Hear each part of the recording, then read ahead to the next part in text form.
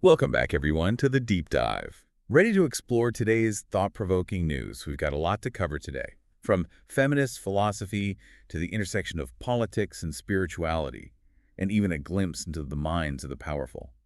It's like a whirlwind tour of the human experience. I think it's so interesting how today's news offers a window into both individual lives and these broader societal trends. Yeah, absolutely. And speaking of individuals, let's start with a significant loss in the world of philosophy. Daily News reported the passing of Sandra Harding. Oh, yes, a truly prominent figure in feminist philosophy. She died on March 5th.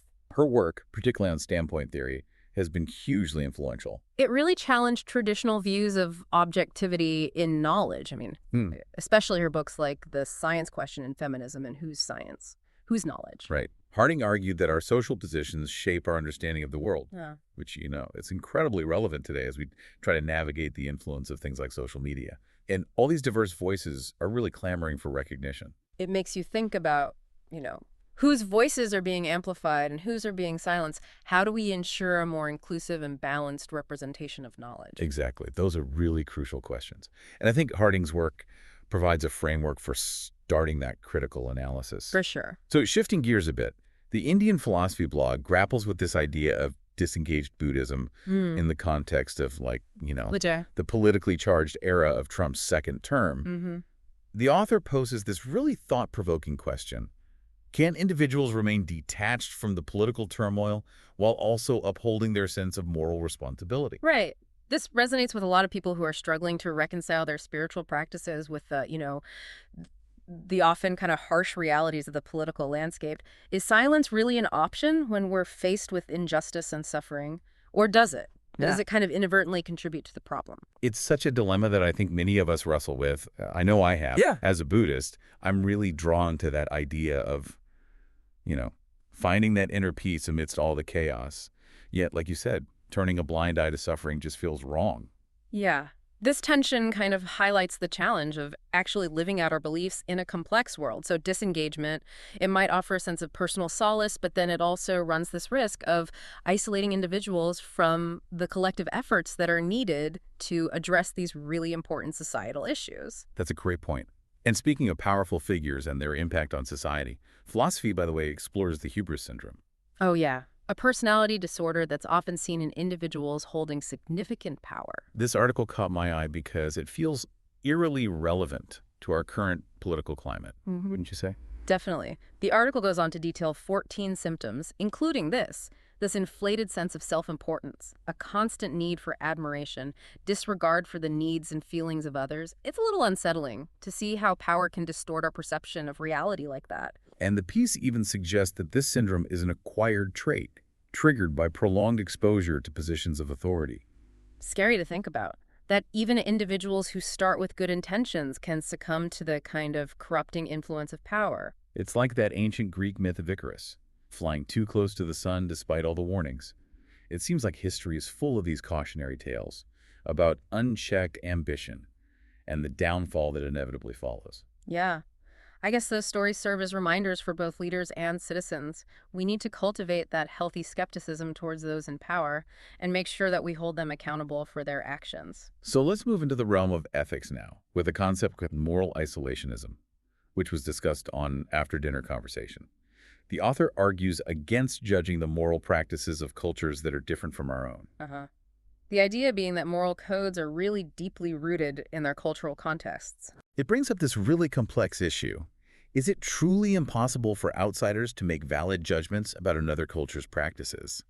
Or can we find a way to engage in this kind of cross-cultural dialogue about ethics without necessarily imposing our own values? Yeah, that's a tough one. Think about the ongoing debate surrounding female genital mutilation. Some view it as a cultural practice deserving respect and understanding. Others condemn it as a violation of human rights. So where do we draw the line? Exactly. It's a tough question. And I think this dilemma really forces us to examine our own biases and assumptions when we're engaging with cultures that are different from our own. How can we promote respectful dialogue and understanding while also upholding these universal values like human dignity and autonomy? Absolutely. It's a delicate balance. So next up, we have a piece from Practical Ethics, exploring the potential of AI. to personalize medical communication. It's like a fascinating look into the future of healthcare, where technology can potentially enhance the doctor-patient relationship. The authors go into various communication styles, ranging from paternalistic to informative to empathetic. And they pose this really thought-provoking question. If AI could tailor medical communication to your preferences, what kind of communicator would you choose for your doctor? Wow. Imagine a world where AI analyzes your personality, your communication style, even your emotional state, to create this personalized interaction with your doctor. Yeah. I mean, it could revolutionize healthcare by making it truly patient-centered. For sure. But of course, such advancements also come with ethical concerns. How do we ensure that AI is being used responsibly in healthcare? How do we prevent it from reinforcing existing biases? Those are great points. It seems like as AI increasingly enters these sensitive domains like healthcare, we need to be having these open conversations about its ethical implications and make sure that it's truly serving humanity's best interests. Yeah, I totally agree. Moving on. Reason and Meaning tackles the ever-relevant issue of wealth and equality. It delves into the moral implications of that growing gap between the rich and the poor. Right. And it actually presents arguments both for and against the acceptability of wealth disparities. This topic always sparks such heated debates. Is wealth inequality simply a natural outcome of a free market economy? Or does it represent a fundamental failure of our social and economic systems, a failure to really ensure fairness and opportunity for all? The author challenges readers to consider their own values and beliefs about wealth and poverty, and social justice, ultimately. It comes down to this question: what kind of society do we want to live in? And what role does economic equality play in achieving that vision? It's a really important question to be asking ourselves. And finally, we have a thought-provoking piece from a philosopher's blog. It revisits this concept of rape by fraud. Right. So the author discusses a specific case, Joyce Short. She advocates for actually criminalizing rape by fraud, where deception is used to obtain consent for sexual activity. It raises some really complex questions about the nature of consent, autonomy, the legal boundaries of deception. I mean, if someone is tricked into engaging in sexual activity, does that invalidate their consent? Where do we draw the line between acceptable persuasion and, harmful manipulation? It's a really tricky area to navigate. For sure. But I think these are difficult but necessary conversations to have. It's about ensuring that our legal and ethical frameworks are adequately protecting individuals from sexual exploitation and upholding that fundamental right to genuine informed consent. Definitely. It's crucial to keep having these discussions. It's interesting how these discussions about, individual morality and consent connect to those broader societal issues. Like a philosopher's blog also looks at the role of the FDA. Yeah? And questions whether it truly prioritizes patients or corporations. Right. The author raises concerns about the influence of pharmaceutical and medical device companies on the FDA's decision-making process. It's kind of a high-stakes balancing act, isn't it? Weighing the interests of powerful corporations against the health and safety of the public. Yeah. It encourages us to think critically about that complex interplay between, corporate interests and public health policy. How do we make sure that regulatory agencies stay objective and prioritize the well-being of patients above profit motives? I think transparency and accountability are key here. We really need to demand clear explanations for those decisions that are impacting public health and scrutinize those potential conflicts of interest. Speaking of pushing boundaries, the JHI blog takes us on a journey through history and imagination. Oh, yeah. With its exploration of other worlds, other persons, theological encounters with extraterrestrials in early modern fiction. The article examines how early modern writers grappled with the theological implications of extraterrestrial life. Yeah. It's a really fascinating look at how the discovery of new worlds and scientific advancements kind of challenged those traditional religious beliefs, forced people to reimagine humanity's place in the cosmos. It is. It's remarkable to see how those centuries-old anxieties and aspirations around the unknown really resonate with our contemporary fascination with space exploration and the search for extraterrestrial life. Some things never change, right? Yeah. I think the human desire to understand our place in the universe is timeless. Right. And these early works of fiction give us a unique window into how past generations confronted those mysteries of the cosmos and the potential implications for our understanding of, God and humanity. Now, let's shift our focus to the world of literature and the complexities of the human mind. The Guardian features a piece with Booker Prize-winning author Julian Barnes, where he reflects on the nature of memory and the challenges of changing one's mind.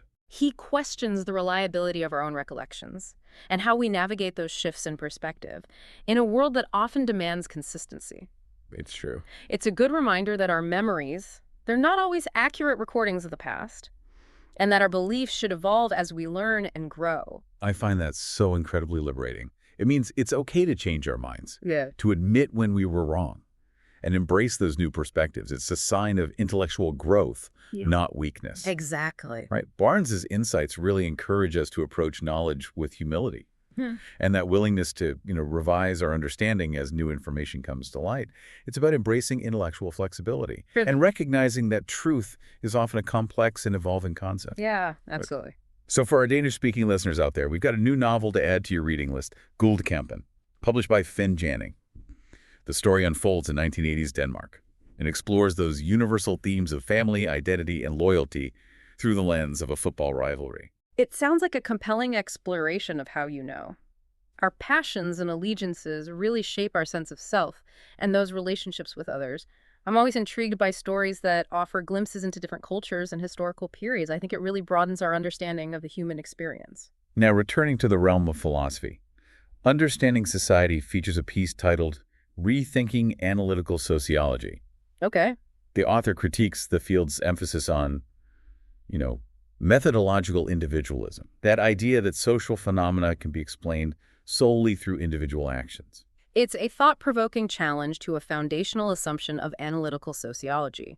The author argues that while individual agency is important, we can't ignore the influence of social structures, institutions, and cultural norms on shaping human behavior. He advocates for a more holistic approach to understanding these really complex social issues. He cites some examples, like racial health disparities and the rise of radical populism, as problems that really demand this kind of analysis that considers both individual choices and the broader societal forces at play. It's a reminder that the world is messy, interconnected, Right. and our attempts to understand it should reflect that complexity. It's so true. We often look for those really simple explanations for really complex problems. Right. But the reality is, individual choices are always being made within a web of social and historical context that are influencing our actions. Sure. So for those seeking further philosophical exploration, Daily News offers its weekly roundup of online philosophy resources, highlighting new publications, book reviews, and podcasts. Some key resources mentioned include the Stanford Encyclopedia of Philosophy, the Internet Encyclopedia of Philosophy, and the British Journal for the Philosophy of Science. It's amazing that we have access to such a wealth of philosophical resources online now. It's really democratized knowledge. And it allows anyone with an internet connection to engage with these profound questions about existence, morality, and knowledge. Right.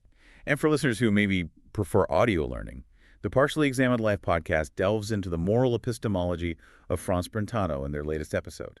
They explore Brentano's ideas about intuitionism and his influence on the field of phenomenology. That's cool. It's encouraging to see philosophy continue to be explored and debated through all these different mediums, whether it's through academic journals, online blogs, or these engaging podcasts. There are more ways than ever to grapple with these really enduring questions about what it means to be human and how we understand the world around us. We've covered so much ground today, from the complexities of memory and the ethics of AI to the challenges of wealth inequality and the mysteries of those ancient civilizations. It really is amazing how today's news kind of, takes us from contemplating the vastness of the universe to the intricacies of ancient civilizations. So let's look at a piece from Extinct Thoughts. It explores that historical fascination with periodic diastrophism. Yeah, the article highlights this concept from geology, suggesting that Earth's surface undergoes these cyclical periods of upheaval and change. It's a reminder that scientific understanding is constantly evolving. Yeah. It's shaped by those prevailing ideas and evidence of the time. It's fascinating to look back at these historical perspectives and see how they shed light on, our current understanding of geological processes. Imagine those scientists in the early 20th century trying to explain Earth history through these grand cyclical patterns. It really shows how scientific theories are products of their time. It also reminds us that even those seemingly settled scientific questions, they can be revisited, reinterpreted as new discoveries come to light. I mean, the history of science is full of those theories that were once, widely accepted, but later had to be revised or even completely overturned. Right. It really underscores the importance of remaining open to new evidence, challenging those established paradigms. Scientific progress depends on our willingness to question assumptions and refine our understanding of the world. Exactly. And finally, Shabda delves into the ongoing debate surrounding the decipherment of the Indus Valley Civilization script. The author really focuses on that tension between using ordinary language analysis versus those mathematical approaches to decode this ancient script. It's like a fascinating glimpse into the challenges and the complexities of understanding lost civilizations. Imagine trying to unlock the secrets of a civilization that vanished thousands of years ago. It's a testament to human curiosity and that desire to, piece together the fragments of the past.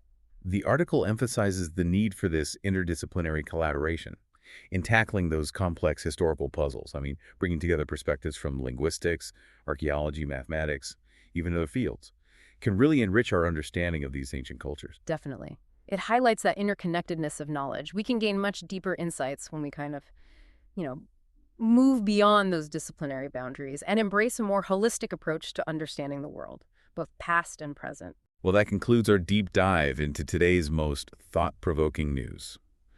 We've traveled from the philosophical implications of standpoint theory to those ethical dilemmas of AI in healthcare. From the historical fascination with periodic diastrophism to those ongoing efforts to decipher that Indus script, it's been quite a journey. It really has. A journey through a landscape of ideas, challenging us to think critically, question assumptions, engage with those complexities of our world. Indeed. Thank you so much for joining us, and until next time, keep exploring the world with an open mind and a thirst for knowledge.